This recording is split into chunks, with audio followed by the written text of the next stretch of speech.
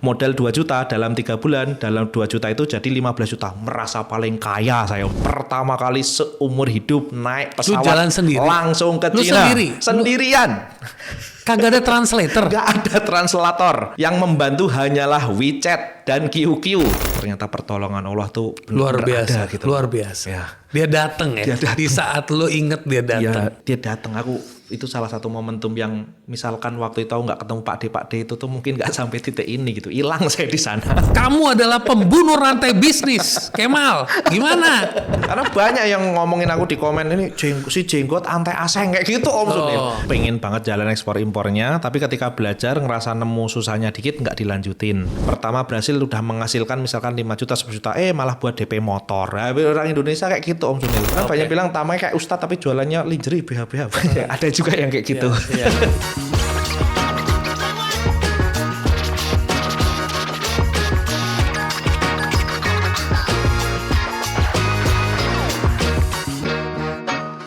Welcome to Big Thinkers. Hari ini gue kedatangan seorang sahabat yang sudah lama hilang. Terakhir ketemu 2017. Ternyata beliau adalah praktisi ekspor impor. Sudah 10 tahun membimbing hampir lebih dari 6.000 orang yang ikut dia punya community. Dan sebenarnya mulainya dari 2010 lulusan SMA langsung ke Cina. Welcome Kemal Abdau. Siap, terima kasih Om Sunil sudah dikasih kesempatan untuk hadir di podcast Big Thinker. Thank you bro. Kok lu bisa ke Cina, lulus SMA langsung ke Cina? Otak lu pada saat itu, aduh, muke-muke ustadz pergi ke Cina itu itu loh. Jadi ceritanya Om Sunil, kalau agak mundur dikit ya Om Sunil ya. Jadi saya lulus SD itu waktu itu orang tua saya bercerai. Saya kayak ngerasa dibuang dulu saya. Jadi ketika abandon ya. Ya, saya ngerasa dibuang waktu itu dipesantrenin yang bukan keinginan saya. Saya pesantren di Solo SMP-nya. Terus sambil jualan mainan-mainan waktu itu Tamiya, terus Beyblade kayak gitu tuh ada. Terus ketika saya SMA, saya jualan kaos buat adik-adik kelas kan kalau di pesantren itu ada senioritas. Jadi kakak kelas tuh nyuruh adik-adik kelas yuk beli kaos dari saya, nanti saya orderin dapat cuan. Jangankan di pesantren, di Indonesia ada senioritas. Jadi saya jualan pulsa, padahal di pesantren itu nggak boleh bawa HP Om Sunil kalau di pesantren. Ya ada aturan ketat. Betul, akhirnya saya sering digundul, makanya digundul itu udah biasa. Akhirnya saya lulus SMA punya tabungan 2 juta. Nah ketika saya lulus SMA, saya kan habis ujian nasional 2010, pas liburan, bapak saya itu guru olahraga, ibu saya guru bahasa Inggris, bapak saya itu senang olahraga tenis lapangan. Nah ketika tenis lapangan itu punya banyak teman, punya warnet. Nggak ada kegiatan saya lulus SMA, suruh jaga warnet. Setiap hari dibayar Rp10.000. Tapi seminggu tuh udah bosen banget saya. Akhirnya saya cari di Google itu waktu itu cara cari uang di internet. Akhirnya ketemu banyak kan, ada lewat Google AdSense, ada ngetik-ngetik dapat duit, ngeklik-ngeklik dapat duit. Sampai ada di akhir itu cara jualan barang fisik lewat online. Nah saya tertariknya itu. Akhirnya waktu itu lagi rame itu Toko Bagus sama Kaskus. Nah ketika waktu itu Toko Bagus sama Kaskus, saya lihat-lihat barang apa yang menarik buat saya. Gua sampai lupa lu tuh merek lu. Gila tuh.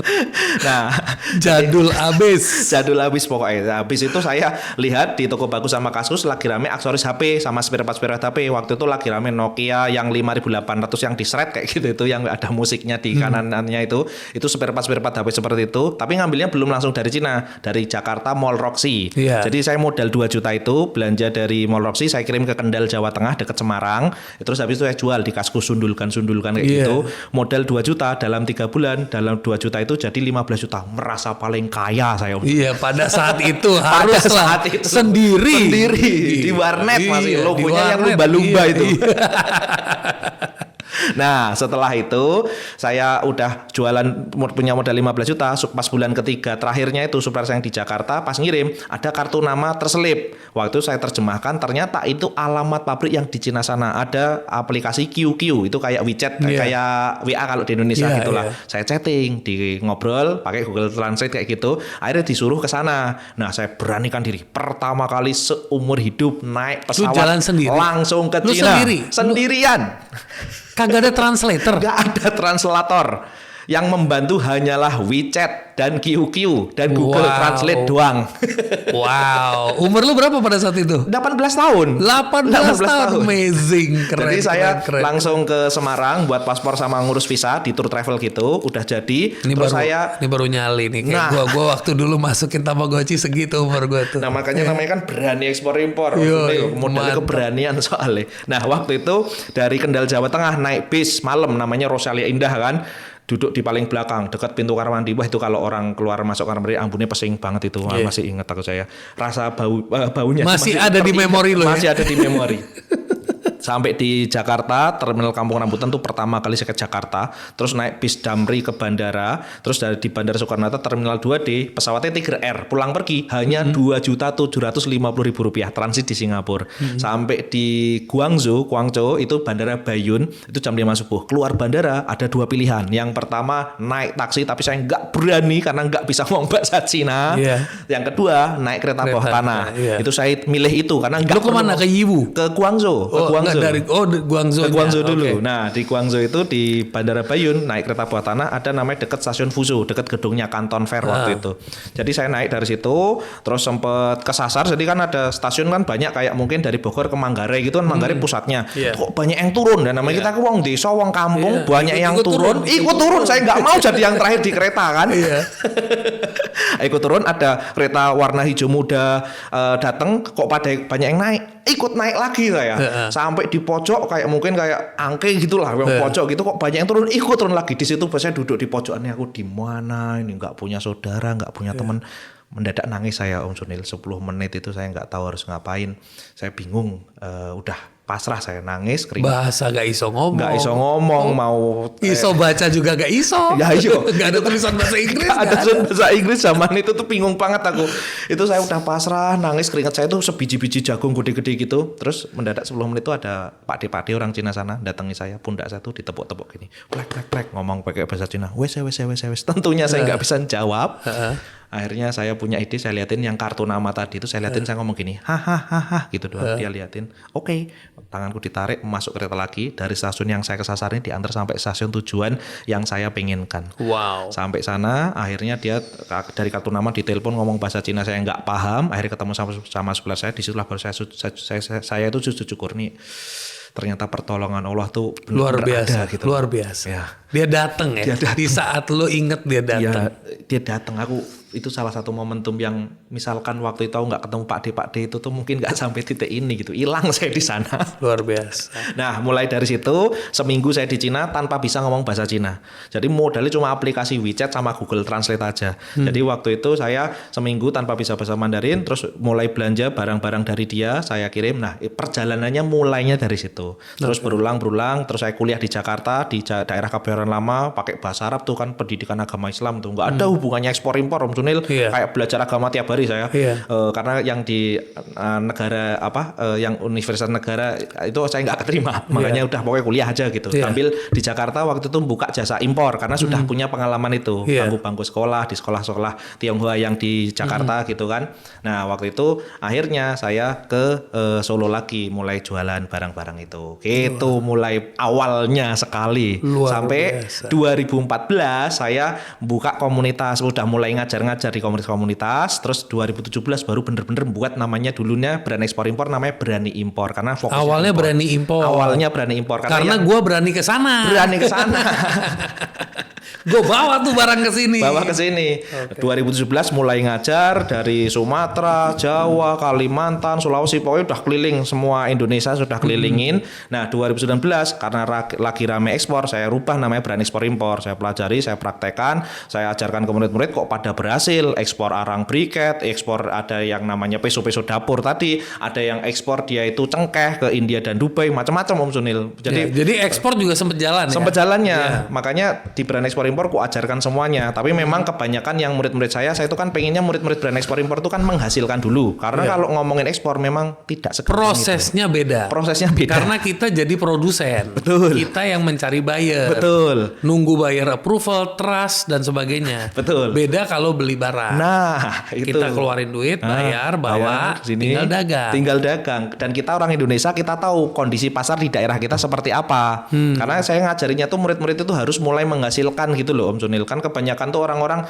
ngajar ekspor idealismenya tinggi sekali tapi udah dijalanin berbulan-bulan, bertahun nggak dapat bayar-bayar. Padahal kalau idealisnya dihilangin dulu, jalanin impor dulu, modal 1 juta dulu, modal 500.000. Bahkan saya punya murid Om Sunil, praktek pertamanya itu 50.000 rupiah. Itu belanjanya peniti-peniti baju. Wow.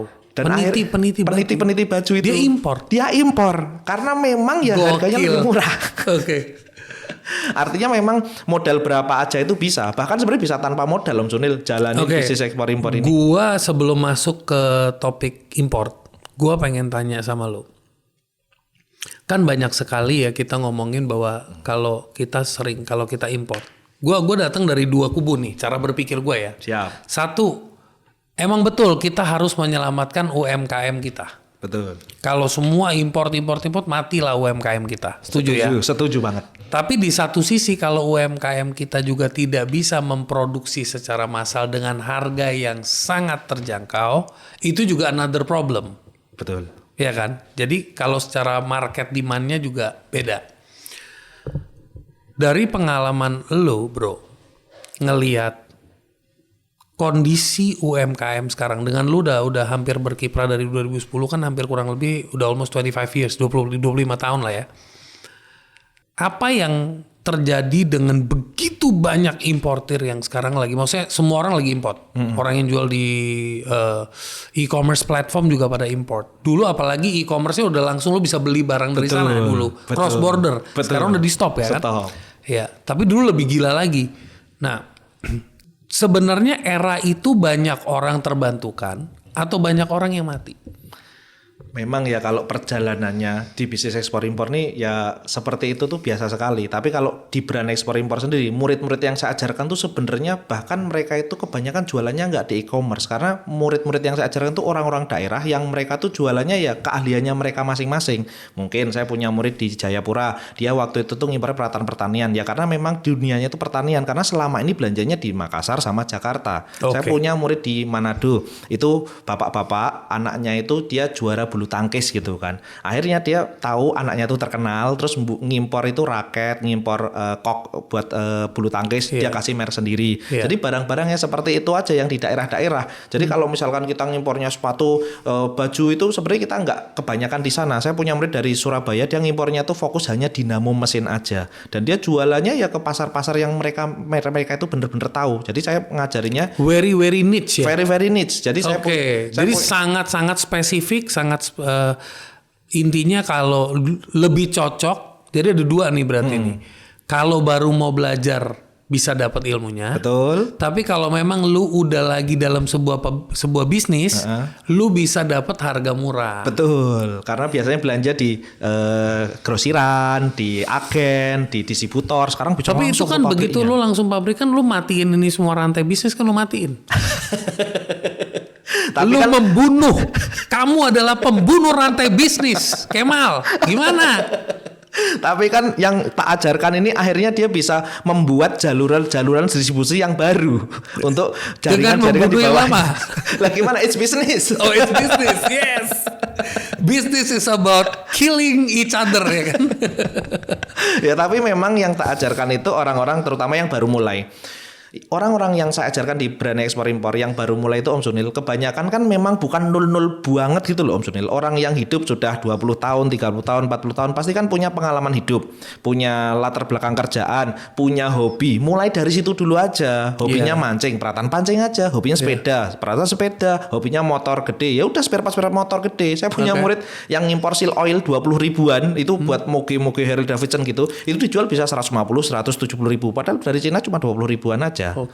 Model seperti itu Om Sunil yang saya ajarkan di brand ekspor impor itu. Luar biasa. Jadi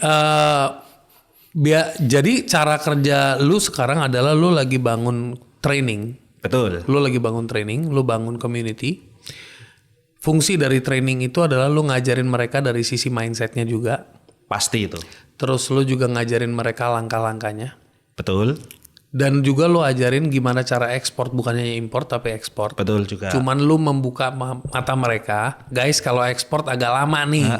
Lo mendingan cari duitnya dulu, biar lo punya oksigen, bisa napas dulu nih. Betul sekali, itu yang saya lakukan tuh di situ Om Sunil. Tapi banyak orang yang nggak paham bahwa yang saya ajarkan impor tuh harus impor terus, enggak. Itu impor tuh biar kita tahu proses dari negara asal sampai di depan rumah kita. Tapi kan kita melewati prosesnya dari kita riset produknya, nyari pabriknya, ngobrol dan nego, akhirnya kita ngitung harga modal sebelum benar-benar transaksi, terus cara membayar sama cara ngirimnya itu tak ajarkan secara detail banget sampai akhirnya mereka bisa jalan mandiri. Nah, ketika sudah barang sampai depan rumah, akhirnya apa yang terjadi?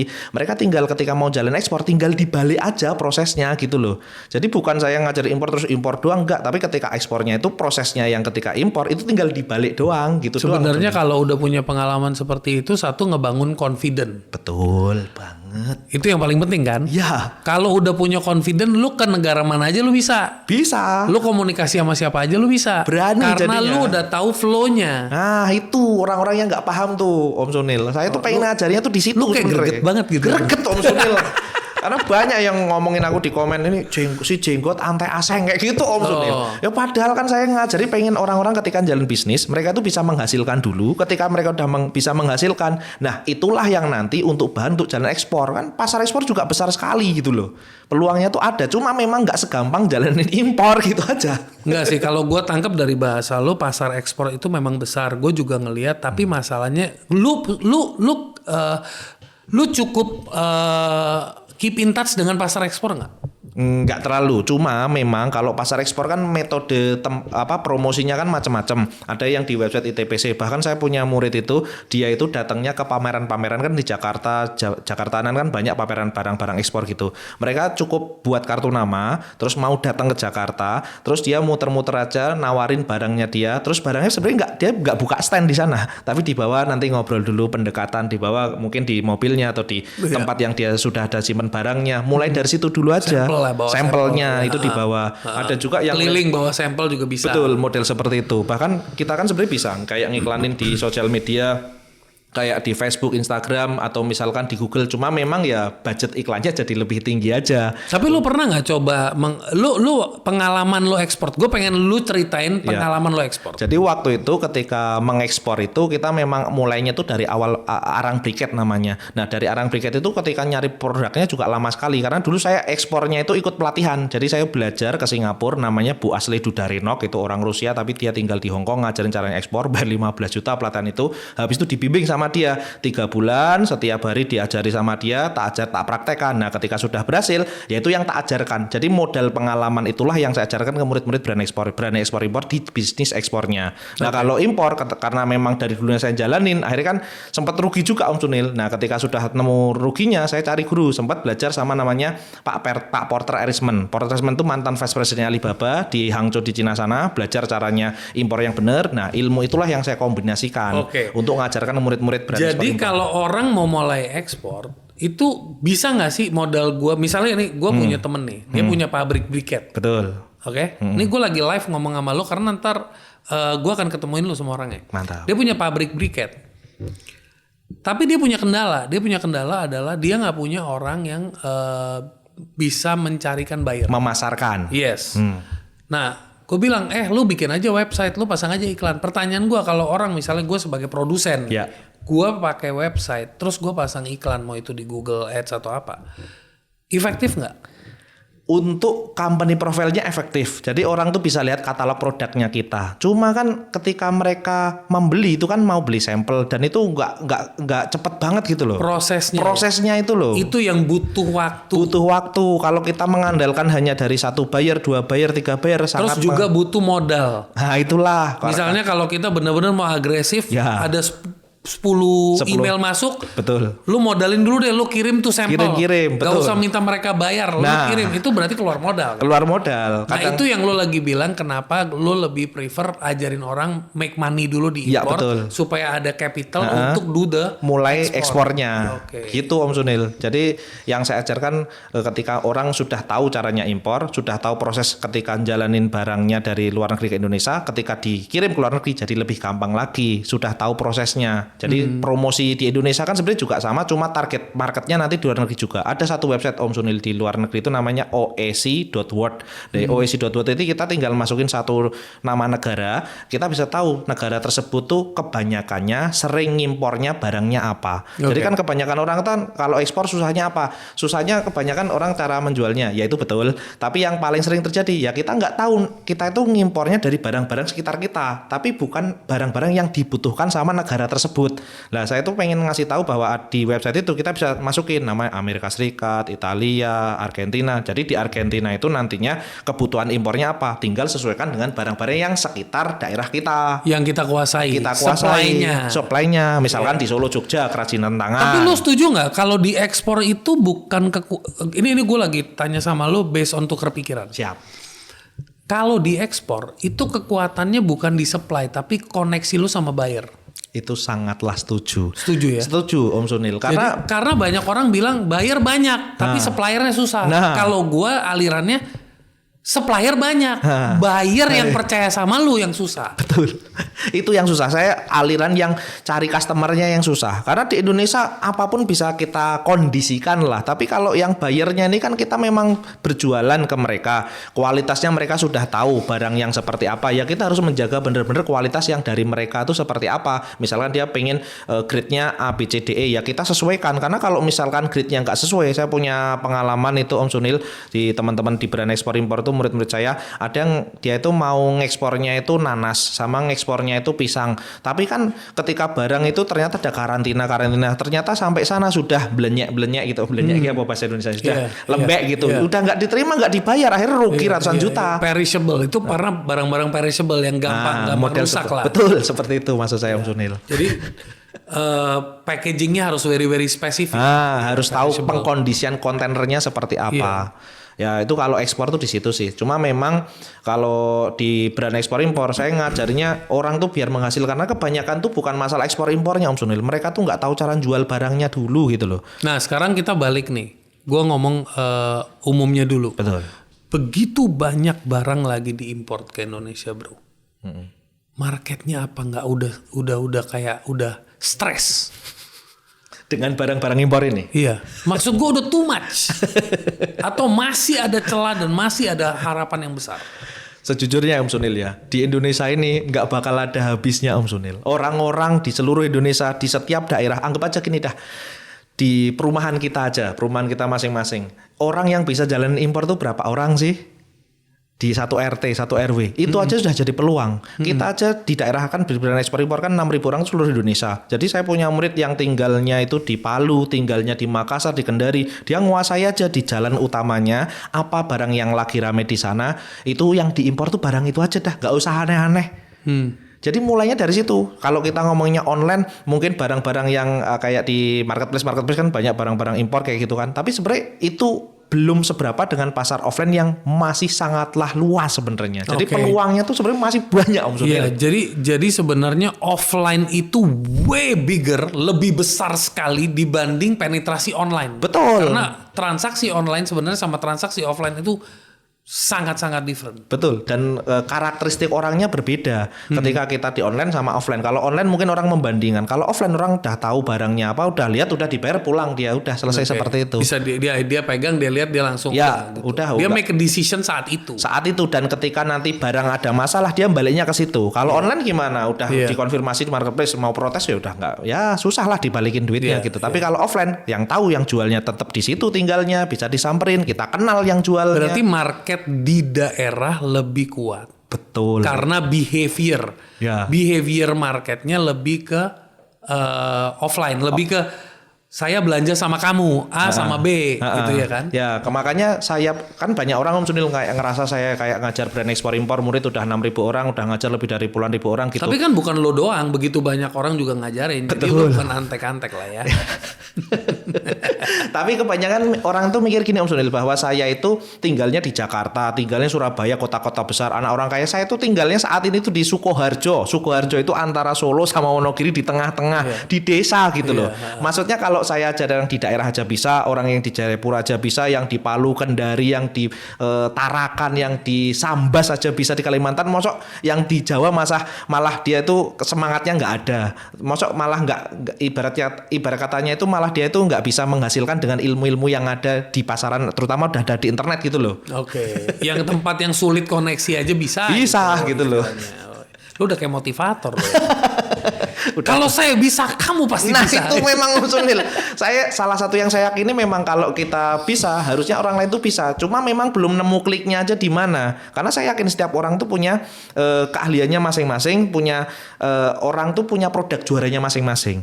Mungkin saya bisanya jualannya pakaian dalam gitu. Tapi mungkin Om Sunil punya barang A. Saya punya murid namanya Pak Ilvani, dia ngimpornya dinamo mesin. Saya nggak bisa caranya jualan dinamo mesin itu, saya nggak tahu caranya. Tapi dia tahu, dan setiap bulan ngimpor banyak barang-barang itu. Oke. Kalau lu jualannya apa? Maksudnya di luar kelas? Saya jualnya pakaian dalam, lingerie, BH gitu. Karena lu udah punya channelnya. Betul, karena banyak bilang tamanya kayak Ustadz tapi jualannya lingerie, BH. Ada juga yang kayak gitu. Ya, itu kan lu dagang ya. Dagang. Barang dagangan gua gitu. Betul. Jangan cocokin sama tampang gua gitu kan. Ya kan? Kayak muka gue Bombay dicocokin sama tekstil, padahal gue di IT. Nah itu kan beda. Orang tuh banyak. Tapi IT masih cocok sih gue. Memang India IT kan. Cocok. Ya seperti itu sih Om Sunil. Makanya di Berani Ekspor Impor itu saya ngajarinya dari awal gimana langkahnya itu meriset produknya. Ketika produknya diriset sudah oke, sudah bagus, kita sudah tahu pasarnya, udah jalanin aja, ngetes dulu. Karena saya pengalaman saya ini tahun ke-15-nya saya ngajari murid saya itu pokoknya setiap hari itu sediakan waktu 15 menit untuk konsultasi sama saya. Boleh WA pribadi, boleh telepon, video call, ngajak Zoom, berdua aja. Pokoknya sampai mereka itu benar-benar bisa mencoba pertama kali. Karena kalau saya yang jadi muridnya saya itu dalam 14 hari nggak bisa praktek, saya yakin sebulan nggak praktek, 3 bulan juga nggak praktek. Jadi itu saya pengen bener-bener kayak 6.000 murid yang sudah praktekin itu, ya nanti ketika ada murid-murid baru ya harus praktek. Saya pengen banyak pemainnya gitu loh Om Sudin. Nah orang kalau mau praktek berarti nanti bisa ngubungin lo lewat link yang ada di bawah sini. Betul, link yang ada di bawah sini. Di bawah sini Om Sudin. Yeah. Kalau lu punya otak yang di atas sini, lu klik link yang ada di bawah sini. Betul, gitu itu cocok Om Sudin. Harus ngeklik link di bawah sini. Oke. Luar biasa. Bro, sekarang kita masuk ke tahapan bro. Betul. Gimana caranya orang mulai dari nol? Dari nol banget. Ya, tahapannya aja, nggak usah lu spill semua ya, lu spill dikit aja deh. Pertama kita tahu kita itu bisa jualan barang apa, karena ekspor impor prosesnya gitu-gitu aja. Stop. Gue nggak tahu mau jualan apa. Nah ini kita main skenario dulu ya. Gue nggak tahu gue mau jualan apa, tapi yang gue tahu gue suka apa. Nah. Apa yang suka misalnya gitu. Gue suka misalnya casing handphone. Misalnya. Ya. Gue suka misalnya gadget yang berhubungan sama aksesoris kayak misalnya gini nih. Kayak gini. Misalnya aksesoris. Gue suka sepatu skate. Misalnya. Ini yang gue suka nih. Bukan gue jago di mana ya. Kita balik dulu ya. Terus gue suka misalnya t-shirt. Misalnya gitu ya, gitu dulu deh. Ya, mulainya adalah barang itu difoto, terus buka website namanya 1688 atau Alibaba atau Taobao atau ada DHgate, Made in China, Global Source. Nanti bisa searching lewat gambar. Nanti kita bisa tahu harga yang di sana tuh berapa. Tapi yang paling pasti harga yang tertera di sana itu belum harga asli. Kita tuh wajib ngobrol, komunikasi sama mereka, negosiasi. Kayak kita ke Mangga 2 aja. Betul. Kadang-kadang orang tuh yang sering tanya sama saya, Pak Kemal, itu di Alibaba itu minimal ordernya 5.000 pieces, itu berarti bener 5.000 Pak, modal saya nggak kuat Pak Kemal. Padahal enggak, sampaikan aja saya di Indonesia bisa jual barang ini segini-segini, cuma untuk ngetes produknya saya mau dong barangnya 1, 2 atau 5 atau 10 dulu untuk ngetes seperti itu. Jadi kalau Om Sunil udah tahu apa yang disuka, itu nanti barangnya dibeli, nah nanti dipasarkan dengan cara-cara yang Om Sunil tahu caranya. Nah, terus itu. Saya nggak bisa bahasa Inggris atau China. Nah itu juga permasalahan banyak orang. Berarti penting untuk belajar bahasa minimal Inggris. Penting kan? Wajib. Wajib. Cuma memang pada akhirnya ketika kita keinginan untuk menghasilkan uangnya lebih gede kan belajar bahasa Inggrisnya jadi turun tuh. Jadi kita bisa menggunakan tool namanya Google Terjemah. Iya, betul. Apalagi sekarang udah dijual alat yang itu tuh. Betul, translate ya. Iya, translate. Iya. Jadi pakai headset yang ngomong di HP Tinggal jadi ngomong, ya. udah jadi langsung bahasa auto translate. Auto translate itu bisa. Udah teknologi udah semaju maju. itu. Betul. Jadi kalau lu mundur lu inget zaman lu 2010 kayaknya lu jauh ya. Jauh itu Om Sunil. Zaman dulu kan apa itu Alphalink itu kan mahal itu Om Sunil jutaan itu. Saya nggak bisa beli Alphalink aja nggak bisa. Sekarang Alphalink udah hilang, udah pakai Google Translate semuanya aja. Betul sekali. Jadi tahapannya pertama kita cari tahu dulu barangnya. Betul. Kedua bahasa. Ketiga apa bro? Ketiga kalau misalkan kita sudah tahu barang apa yang nanti kita mau beli, sudah ngobrol sama penjualnya, kita hitung harga modalnya masih masuk apa enggak. Nanti yang dihitung harga modal itu ada harga barangnya, ongkos kirimnya, sama nilai pajak. Itu wajib kan kita harus mengikuti peraturan. Legal kita mengikutinya kan metode legal. Dijumlahin semua, dibagi ngimpornya berapa pieces. Kalau dihitung masih profit, HPP-nya masuk, profit kita tahu itu tuh bisa minimal profit berapa sih bro? Minimal ya. Kalau mazhabnya saya itu minimal 50%. Saya punya murid dari Lampung, dia ngimpornya itu water heater, pemanas air yang pakai gas itu. Itu dari Cina sampai Lampung di merek sendiri itu 350.000. Dia jual dengan sistem direct selling, sales muter-muter di Lampung sampai Palembang, itu dijualnya bahkan 1,8 juta. DP-nya aja tuh 700-750.000. Tapi mungkin dia kasih kredit. Ya kasih kredit. Kalau kasih kredit memang dia harus ambil margin gede. Karena ada kemungkinan gagal bayar. Nah, tapi kan DP-nya aja itu udah untung sebenarnya. Iya, udah cover langsung. Udah cover. Bahkan yang kayak di pasar muslim gitu ya Om Sunil ya. Itu kayak pen Quran. Pen Quran itu di Gramedia itu jualnya itu harganya 1,2 juta, 1,5 bahkan 2 juta. Padahal dari pabrik yang di Cina sana itu cuma 200 sampai 250.000 rupiah. Dan yang punya pabrik bukan agama Islam juga. Iya, betul. Tapi punya pentasih atau pengkurasinya itu orang dari Timur Tengah biasanya. Model seperti itu. Oke, ya itu kan biasa kolaborasi. Saya yang produksi materialnya, kamu yang memberikan spesifikasinya, softwarenya seperti apa, model seperti itu. Bahkan kayak jadi lo mazhab 50%. Minimal. Ya, minimal 50%. Cuannya. Ya, betul. Jadi kalau nggak cuan 50% jangan deh. Gitu. Ganti barang kan lain. Kan kita itu tingkatannya importir atau eksportir. Kita tuh jangan terpaku di satu produk aja. Oke, kita loncat. Nih gue harus motong lo soalnya biar audiens yang dengar biar on konteks. Siap. Jadi begitu udah import udah tahu gue pokoknya hitung HPP gue masih bisa jual di keuntungan 50%. Problemnya tadi gue bilang gue skenarionya gue tidak tahu cara jual. Betul. Tapi gue tahu apa yang gue suka. Nah, ayo kita masuk. Cara jualannya iya. Macam-macam, ada banyak metode. Dan kalau misalkan bener-bener pemula, itu ya mulai dari teman-temannya Om Sunil, teman-temannya yang nonton ini yang dalam skenario ini sukanya apa. Misalkan ngumpulnya sama siapa, ya udah mulai dari situ. Bahkan kita word of mouth, mulai dulu tawarin, gue ada barang ini, lu mau nggak? Kan kita kan punya komunitasnya kan, komunitas skate-nya, komunitas pecinta alat-alat hobi-hobi mancingnya, itu kan kita tahu. Kita mulai dari situ. Bahkan segampang kita tuh bisa promosi lewat status WA aja itu udah bisa. Untuk yang bener-bener nol ya. Tapi kalau di brand ekspor impor kan saya bekali Om Sunil cara jualannya, ngiklan di Facebook, ngiklan di Instagram, ngiklan di marketplace, ngiklan di TikTok, terus habis itu you provide servicesnya juga nggak? Misalnya gini, gue cara jasa jualannya gitu ya? Bukan. Apa tuh? Gue pusing gue harus cari barang, gue harus belajar bahasa Inggris, gue harus ngomong pakai Mandarin, pakai translator, terus gue harus ngitung HPP, terus gue harus ini, terus gue suruh ngiklan, gue nggak tahu caranya, gue harus belajar lagi. Begitu banyak skill gue harus belajar. Ya. Terus? Lu provide servicesnya nggak? Service untuk promosinya maksudnya. Misalnya, lu kalau nggak tahu cara ngiklan, gue bantuin ngiklan, lu tinggal bayar fee. Sebenarnya saya ada rencana seperti itu, tapi tujuan besar. Ini baru ide bisnis dong gue kasih lo ya. Betul. Tujuan saya itu ada ke sana. Cuma saat ini pengennya saya itu ngajari murid-murid itu biar bisa mandiri. pelan-pelan. Bahkan saya ajari cara bangun timnya. Memang butuh waktu, cuma jangka panjangnya murid-murid saya itu bisa mandiri, independen. Karena tujuan saya buat brand ekspor impor confident dan independen. bisa punya percaya diri sama punya dia itu bisa mandiri. Jadi pengen jadi eksportir importer yang mandiri. Jadi kita tuh nggak cuma tahu hulunya, tapi hilirnya kita juga bisa menguasai. Jadi saya fokusnya saat ini ya untuk mengedukasi dulu, tapi belum sampai servis ke sana sih belum. Kalau seperti itu mending saya promosinya jasa jualan aja, jasa impornya aja. Tapi saya nggak buka jasa itu. Saya pengen orang-orang di Indonesia yang selama ini pengen bisnis ekspor, pengen bisnis impor, tapi nggak tahu caranya, mulainya dari mana, ya tak ajarikan langkah-langkahnya itu seperti apa. Karena ya mosok aku bisa, mosok nggak bisa sih orang-orang Nah yang itu lain. bolak-balik lu ngomong gitu. Gue itu masuk sekarang di era dulu gue tipe orang yang percaya kalau gue bisa lu pasti bisa.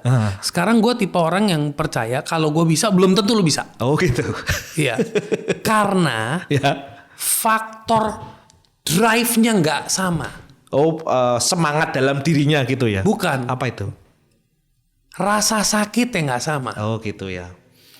Jadi kalau gue bilang gue bisa sukses karena gue punya rasa sakit dan gue punya keinginan yang membara untuk sukses, gue akan melakukan segala macam cara untuk mencapai itu. Kalau gue bilang gue bisa, lu bisa. Ya kalau lu nggak punya api yang sama, lu nggak akan bisa. Kalau saya pribadi ya Om Sunil, pasti setiap kita itu punya apinya kita masing-masing dalam dirinya kita. Tinggal kita ingat-ingat aja apa masa-masa menyakitkan. Kayak dulu masa kecilnya saya, orang tua saya berpisah terus saya dibuang di pesantren, itu salah satu hal yang menyakitkan. Yang lu rasakan? Ya. Sekarang masih merasa seperti itu? Ya kalau diingat-ingat ya sakit lagi Om Sunil. Cuma kan saya... Bukannya sudah selesai? Belum? Ya selesai, cuma itu tuh jadi pengingat saya bahwa saya itu nggak pengen terjadi seperti itu. Ketika saya lulus SMA ke Cina sendiri tersasar, itu salah satu momentum yang bener-bener teringat dalam diri saya nggak mungkin bisa di titik ini kalau misalkan waktu itu nggak ada yang bantu di situ. Ada juga momentum saya rugi hampir 300 juta karena ya proses ekspor impor yang saya belum tahu caranya waktu namanya itu. Baru mulai kan nggak mungkin langsung sukses. Kan? Yang saya sampai harus pergi dari kotanya saya, pindah kota dicari orang banyak. Nah ketika di situ itu benar-benar itu salah satu titik rendahnya dalam saya. Nah saya yakin setiap orang tuh pasti ada sih api dalam dirinya, sehingga ketika kita udah nemu itu ya ayo kita sesuaikan sama latar belakangnya kita, hobinya kita, keinginannya kita. Jadi mulai dari situ aja Om Sunil. Jadi yang lo yakini adalah metodologi yang lo ajarkan itu sebenarnya bisa diaplikasikan sama siapa saja. Betul. Dan kalau mereka serius dan tekun, mereka akan mencapai titik kesuksesannya versi masing-masing. Betul. Karena memang nggak harus orang yang seperti A, B, C, D, E enggak, tapi semua latar belakang. Karena murid saya kebanyakan ya ibu rumah tangga, ada yang dosen, ada yang driver ojek online, ada yang di anggota TNI, ada yang dia itu pengangguran masih kuliah, bahkan ada anak kelas 4 SD. Kelas 4 SD ini yang belajar ibunya, tapi ibunya kan gaptek banget, email aja lupa passwordnya. Tapi anak-anak sekarang kalau zaman COVID terutama itu kan di depan laptop udah pinter itu. Nah ketika mereka sudah pinter di depan laptopnya ya sudah malah anaknya yang ngimporin barang buat ibunya. Jadi kasusnya ini ibunya dia sudah punya toko spare part audio gitu Om Sunil. Luar biasa. Jadi anak kelas 4 SD udah belajar prakteknya. Mindsetnya masih maknya nih. Maknya yang nyuruh nih barangnya nih fotonya kan tak ajarkan cariin ini. Terus diskusi sama saya maknya, video call sama saya, terus tak ajari langkah-langkahnya. Kok berhasil. Sekarang anaknya udah SMP kelas 3 Om Sunil dari Batam, namanya Noval. Oke, luar biasa. Kemal, lu bisa nggak sharing ke gua titik-titik di mana lu sempet gagal, sempet rugi, sempet merasa ditipu mungkin, atau kecewa, dan gimana lu comeback? Jadi tadi sempat saya singgung ya, saya yang sempat rugi 300 juta itu karena saya nggak tahu ilmu sama birokrasi di Indonesia. Akhirnya ketika saya nggak tahu ilmu itu, saya hampir habis waktu itu hampir 300 juta. Saya itu bener-bener ya nggak ada duit lagi waktu itu. Akhirnya saya kabur dari Solo ke kota lain, ke pesantrennya saya zaman dulu untuk menenangkan diri. Itu hampir 3 bulan itu saya nggak tahu harus kemana, gimana saya harus komunikasi sama siapa. Ya jadi mendekatkan diri sama Allah lah. lah itu setiap harinya. Sampai akhirnya saya disadarkan lagi bahwa saya punya anak istri. Waktu itu Bapak Ibu langsung habis itu tuh saya disemangati lagi. Terus setelah saya disemangati lagi ya saya bangkit lagi. Saya nggak bisa kayak gini terus. Saya hadapi. Terus habis itu mulai bangun lagi, ketemu guru namanya Pak Porter Erisman. Dengan Pak Porter Erisman itu saya diajari metode impor yang benernya, cara seperti apa. Akhirnya itu yang jadi modalnya saya. Makanya 2014 ketika diajak sama teman-teman buat ikut ngajarin pengalaman saya, ya sudah, ya ayo, nggak apa-apa. Ini pengalaman yang saya lakukan dari lulus SMA sampai 2014 waktu itu. Nah itu sih titik baliknya. Dan ketika saya mulai ngajar 2014 sampai sekarang ya, saya ngerasa hidup saya semakin dimudahkan sih. Saya nggak tahu kenapa ya, tapi saya senang sekali kalau murid-murid saya itu lebih berhasil daripada saya. Oke, pertanyaan gue sekarang ke lu. Lu selama proses ini, lu merasa diri lu itu lebih dominan sebagai pedagang? Ini sekarang ya? Atau ternyata calling lu adalah sebagai pengajar dan pembimbing? Jadi gini Om Sunil, kalau dari dulu ya, dari saya kelas 5 SD, saya itu udah diajari bapak ibu saya itu untuk ngajar. Jadi saya kelas 5 SD itu ngajari anak-anak TK, SD kelas 1 tuh baca tulis. Terus saya SMP ketika saya pesantren itu saya ngelesi anak-anak TPA. Ketika saya SMA saya ngelesi anak-anak TPA ketika sore. Ketika kuliah di Jakarta setiap sore saya juga ngajari anak-anak untuk belajar ngaji. Jadi dalam kehidupan saya itu ngajar itu hal yang memang menjadi darah saya. Bapak ibu saya guru. Bapak saya itu kan punya 5 bersaudara. Bapak saya nomor 2. Ya kakak yang pertama guru matematika, bapak saya guru olahraga, ini guru olahraga semua lah, ini yang terakhir dosen olahraga S2. Wah semua guru ya? Semua. Jadi makanya DNA lu DNA pengajar ya? Makanya ketika saya jalan bisnis mungkin memang tidak sebesar yang lain, cuma saya itu kalau ngajarin orang, saya itu bener-bener langkah demi langkah, passionate, sangat passion lah untuk ngajar, itu sangat passion untuk dari awal sampai akhirnya. Jadi itu saya sangat khawatir. Jadi saya kalau di HP itu ada notifikasi murid saya bingung gitu, langsung saya telepon, langsung saya video call, ini gini caranya, langkah-langkahnya seperti ini, tinggal dipraktekkan ini. Ketika bingung langsung saya kasih solusi, jadi tinggal mempraktekkan langkah-langkahnya aja gitu sih Om Sunil. Yang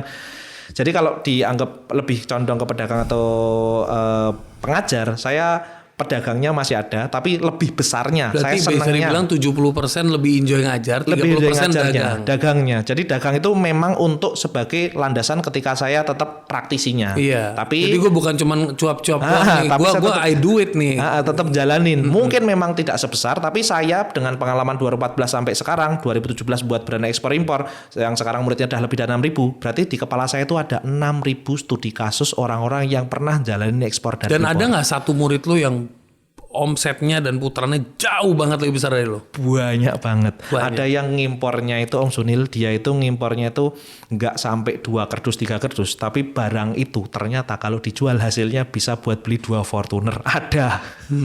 Wow. Ada yang ekspor, dia itu cengkeh ke India dan Dubai. Waktu itu DP-nya aja itu sekitar 1,2 M, itu sekitar 20%, berarti kan nominal berapa miliar kan. Jadi hal-hal seperti itu, metode-metode yang saya ajarkan dengan metode kecil-kecil yang saya lakukan, ternyata bisa berimpact yang sangat besar. Saya apakah ngerasa jadi kalah sama mereka? Enggak, saya bangga banget bahwa ternyata yang saya ajarkan ini bermanfaat buat mereka dan bisa menghasilkan dan bermanfaat untuk lingkungan sekitarnya. Iya, karena mereka jadi bisa buka lapangan pekerjaan kecil-kecilan juga. Karena ada admin, ada apa, pasti mereka hire, nggak mungkin kerja sendiri. Betul, saya punya juga murid Om Sunil di daerah Sungai Lilin. Sungai Lilin itu antara Jambi sama Palembang. Naik motor dia, belajar sama saya, seminarnya saya waktu itu di Palembang, naik motor 4 jam. Dia duduk di paling depan, semangat banget dengerin saya. Di akhir dia pengen belajar sama saya bimbing. Akhirnya dia gabung jadi muridnya saya. Ketika saya bimbing, itu kan janjinya saya itu ketika praktek 14 hari bisa eksekusi gitu lah. Tapi gua prakteknya banget. Nginstal aplikasi Alibaba, ternyata HP-nya jadul banget. Nginstal aplikasi Alibaba tuh gagal karena apa? Memorinya penuh. Terus saya hapusin video-video nggak penting, aplikasi nggak penting. Terus saya coba instalkan, saya ajari cara ngobrol, cara negosiasi, cara chatting. Nah, dalam hari ke-14 dia berhasil ngimpor. Waktu itu dia ngimpornya cetakan plafon, cetakan gypsum kayak seperti itu. Tapi yang bikin saya bangga tuh bukan proses impornya, karena itu tinggal nyontek apa yang saya kerjakan aja. Tapi yang saya bangga dia tuh memberdayakan pemuda-pemuda di kampungnya ketika ada proyek-proyek yang ada di kedepannya. Dia kan sering dapat orderan seperti itu. Tapi ternyata bisa bermanfaat, itu yang bikin saya bangga tuh hal-hal seperti itu bahkan Om Oke, Sunil. jadi membangun orang-orang yang menggerakkan.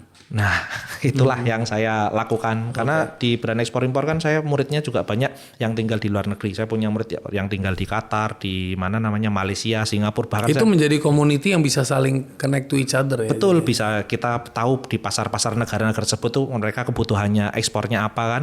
Mereka butuh dari Indonesia apa, kita juga bisa tahu oh di sana negara seperti ini. Karena setiap pekan itu saya adakan kopdar online gitu lewat Zoom. Jadi seluruh Indonesia itu murid-murid saya bisa ketemu ngobrol gitu loh Om Sunil. Tapi ada satu cerita lucu tadi. Apa tuh? Ada satu mama lo bilang dia ngimpor pisau, terus dia import ke Indonesia, terus dia jual lagi ke Amerika. Ya. Itu gimana tuh ceritanya tuh? Lucu banget tuh. Jadi saya punya murid dari Jakarta Timur, ibu rumah tangga, namanya Bu Rohmah. Nanti mungkin saya kasih footage produknya ya. Itu dia itu ngimpor barang dari Cina ke Indonesia, pisau dapur. Dia itu terinspirasinya dari brand-brand atau toko-toko peralatan dapur yang di mall-mall banyak sekarang baru berubah nama itu. Dia lihat, habis itu dia buat ngimpor, dikasih merek sendiri. Nah, ketika barang udah sampai Indonesia, dia ngimpornya waktu itu nggak banyak, tapi dia punya pemikiran, ini sebenarnya bisa deh kalau saya jualnya ke luar negeri. Gimana caranya? Saya kasih sharing pengalaman. Ternyata di luar negeri, di Amazon kita bisa ngirim barang ke Amerika, terus nitip barang di gudangnya sana, terus kita jualan di Amazon. Nanti kalau ada orderan dikirim dari gudangnya fulfillment yang Amazonnya kirim ke seluruh daerah negara yang di sana. Nah, ternyata itu bisa. Jadi aneh banget ya. Memang dari Cina kirim ke Indonesia, kirim ke Amerika. Ada yang model seperti itu. Jadi dia udah bayar pajak dulu, terus diekspor lagi. Diekspor lagi. Marginnya berarti segede gitu. Nah itu karena memang yang dari Cina ke Indonesia kan ini enak banget nih kan. Ya tapi ya itulah yang dijalankan. Itu salah satunya Om Sunil untuk yang jalanin barang yang sampai di akhirnya punya merek sendiri. Karena saya ngajarkan di brand ekspor impor itu setiap murid-murid itu nantinya punya merek sendiri. Karena tujuannya itu bukan masalah untung besar memang ya. Tapi saya pengen itu membangun legacy untuk generasi penerus kita. Karena yang setelah saya jalankan kehidupan berpuluh-puluh tahun ini ya, memang nggak ada yang peduli sama kita, keluarga kita, kecuali kita sendiri. Iya. Tapi saya mau tanya Kemal, kalau lu ngelihat ini semua, lu pernah nggak kepikiran gimana caranya ngebangkitin UMKM lokal dengan produk-produk lokal? Produk-produk lokal kirim ke luar negeri gitu ya.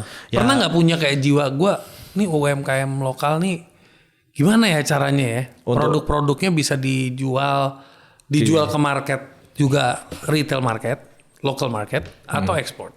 Ya kalau misalkan produk-produk lokal ya memang. Pernah ada drive itu nggak? Drive-nya ada Om Sunil, cuma memang kan. Yang bikin apinya loyo apa?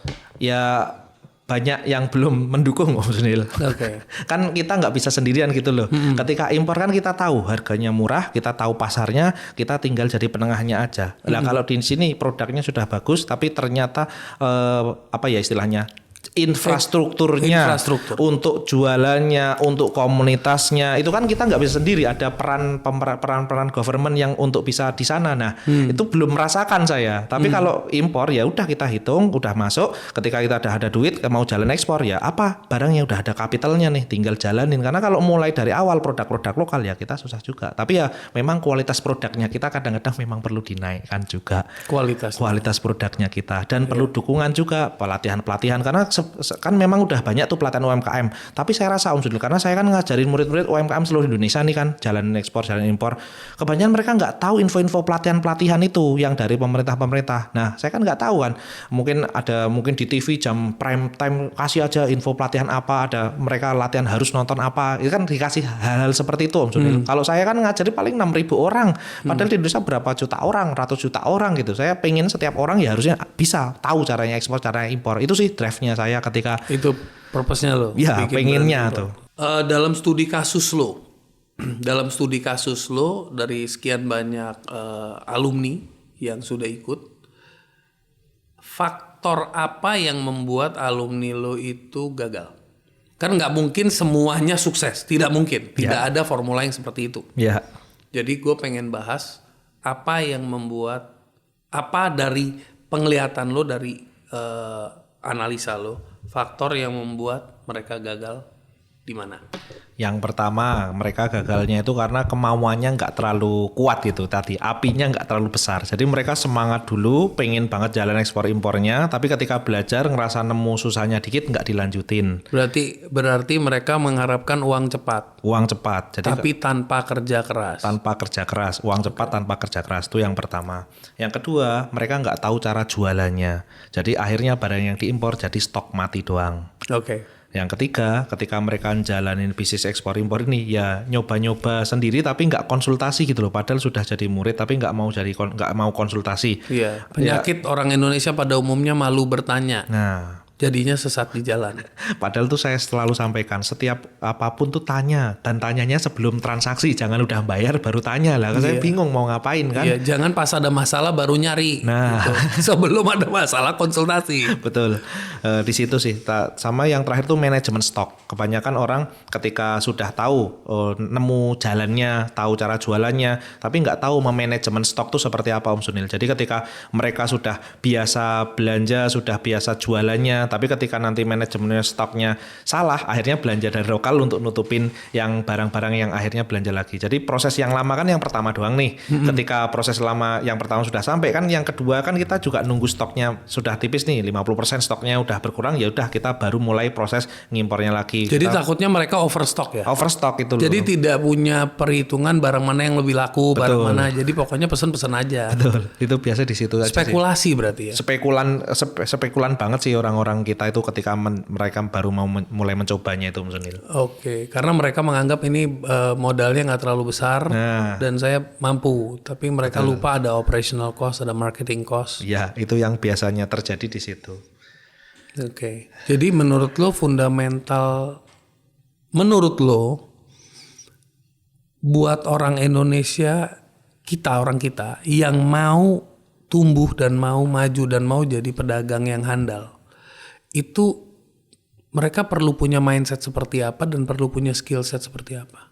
Yang pertama, ketika mau benar-benar berhasil ya di bisnis ekspor impor tuh ya harus tahu ilmunya sama cari gurunya. Karena kalau misalkan nggak ada ilmu, nggak ada gurunya, nyoba sendiri, akhirnya ruginya besar. Karena faktor kegagalannya kan banyak ya. Kayak tadi, salah pabrik aja, duit anggap aja transaksi 20 juta. Salah pabrik hilang 20 juta. Okay. Salah jasa kirimnya hilang 20 juta. Salah ngurus pajak bea cukainya hilang 20 juta. Jadi potensi kegagalannya tuh banyak sekali. Jadi yang pertama tuh ilmu dan mentor yang benar. Yang kedua ya harus cari komunitasnya, jadi ada tempat diskusinya, tempat satu visinya. Jadi kalau misalkan ketika ngerasakan bingung, jadi bingungnya tuh nggak sendirian, ada teman bingungnya yang nanti pada saling sharing pengalamannya seperti apa. Yang ketiga, tahu proses untuk legalitasnya seperti apa, perizinannya seperti apa, birokrasinya seperti apa. Karena saya nggak pengen pengalaman saya rugi 300 juta itu murid-murid yang saya ajarkan atau teman-teman di seluruh Indonesia yang mau jalan bisnis ekspor impor tuh ngalami hal yang sama, itu saya nggak pengen Om Sunil. Di situnya sih.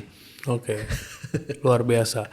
Dan seberapa sulit membangun legalitas di Indonesia untuk impor?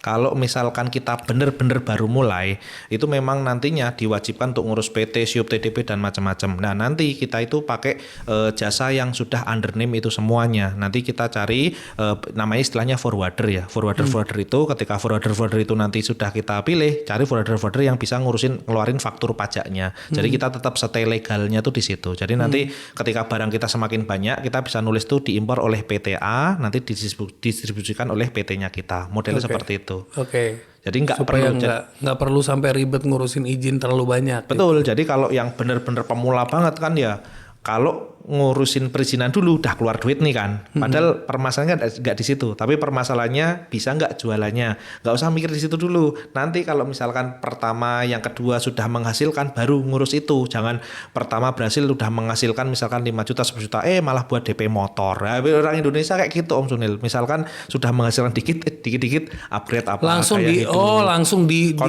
konsumtif. Langsung dibeli belanjakan hal-hal yang sebenarnya dia inginkan, bukan dia perlukan. Betul, jadi saya tuh pengennya dikompon aja, digulung aja itu hasilnya. Kasih waktu lah ya, 2-3 tahun gitu. Nah, pelan-pelan aja gitu, nggak usah ngerasa langsung pengen kaya raya. Ojo ke susu. Wow, ojo ke susu.